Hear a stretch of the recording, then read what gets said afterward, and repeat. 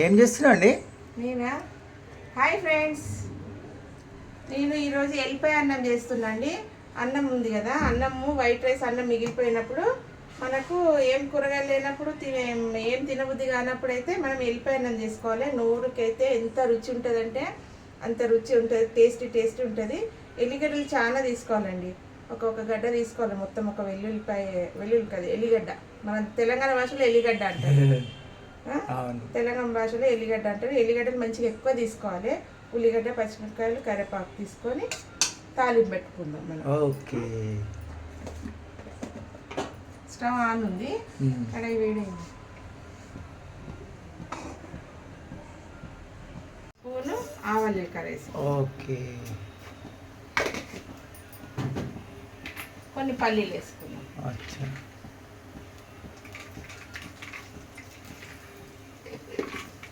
వేయించుకోవాలి. ఎర్రగా అయినాక కొంచెం శనగపప్పు వేసుకున్నాం. ఓకే. భలే టేస్ట్ ఉంటుందండి. మనకు నోరు బాగలేనప్పుడు, జ్వరం వచ్చినప్పుడు ఏం తినబుద్ధి కాదు కదా మనకు, సర్ది అయినప్పుడు ఈ ఎల్లిగడ్డలతోటి చేసుకోవాలి. ఎంత బాగుంటుంది అంటే అంత బాగుంటుంది. నోరు రుచిగా వస్తుంది, చాలా టేస్ట్ వస్తుంది. రుచికరమైన ఎల్లిపాయ అన్నం మన తెలంగాణ స్టైల్లో. ఉల్లిగడ్డలు వేసుకోండి. వేగిపోయినాయి కదా, ఎర్రగానే సిమ్ పెట్టుకుందాం. ఎల్లిగడ్డలు వేసుకున్నాం. ఉల్లిగడ్డలు వేసుకొని ఒక 2 పచ్చిమిరపకాయలు, కొంచెం కరివేపాకు, ఫ్రై కావాలి. కొంచెం దూరగా ఫ్రై అయితే ఇది వేసుకుందాం. ఒక స్పూన్ వేసుకుందాం, మస్తు అయిపోతుంది.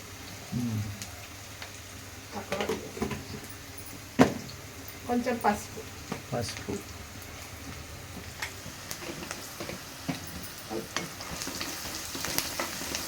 ఇదేం ఉల్లిగడ్డ కలర్ రావాల్సిన అవసరం లేదు, నూనెలో మగ్గితే చాలు. ఇది నూనెలో మగ్గగానే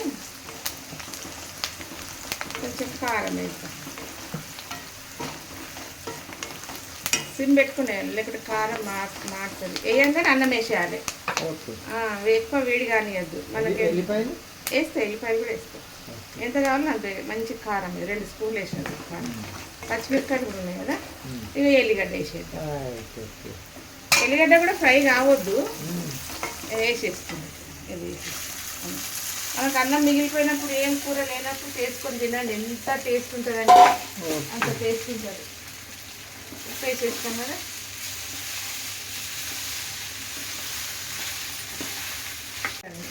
ఎంత మంచిగా అయిపోయింది చూడండి, ఎంత మంచి స్మెల్ వస్తుందంటే అంత మంచి స్మెల్ వస్తుంది. ఇట్లా చేసుకొని తినండి మీరు స్పైసీగా.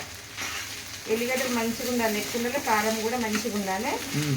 జ్వరం ఉట్టిపోతుంది, సర్ది, దగ్గు, జ్వరం అంతా.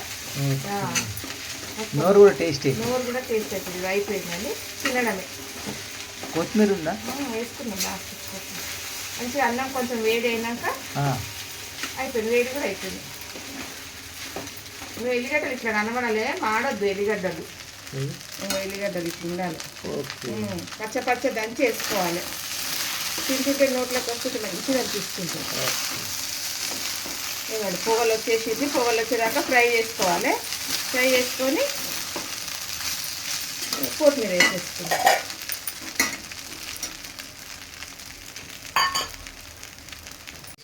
కొత్తిమీర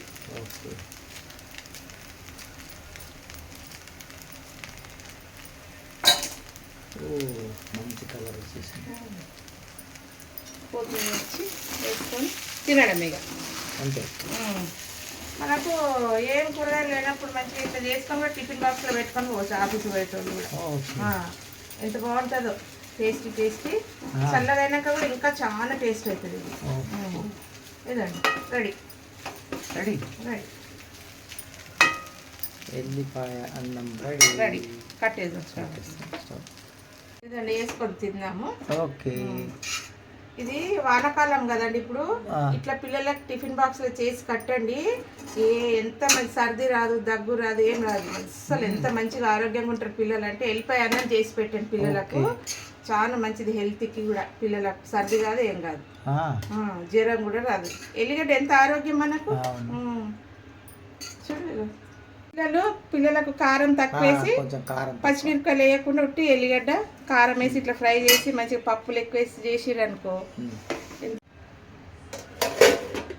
కరమైన రైస్ అండి, అన్నం అండి, ఎల్లిపాయ అన్నం.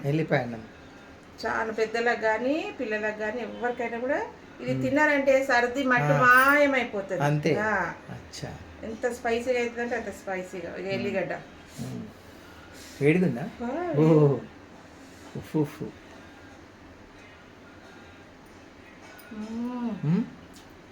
Spicy super. మీరు కూడా ట్రై చేయండి ఒకసారి. చేసి ఆఫీస్ బయట వాళ్ళకి టిఫిన్ బాక్స్లో కట్టుకోపోండి, పిల్లలకు కూడా కట్టండి. చేసుకొని తిని కామెంట్ పెట్టండి. బాయ్.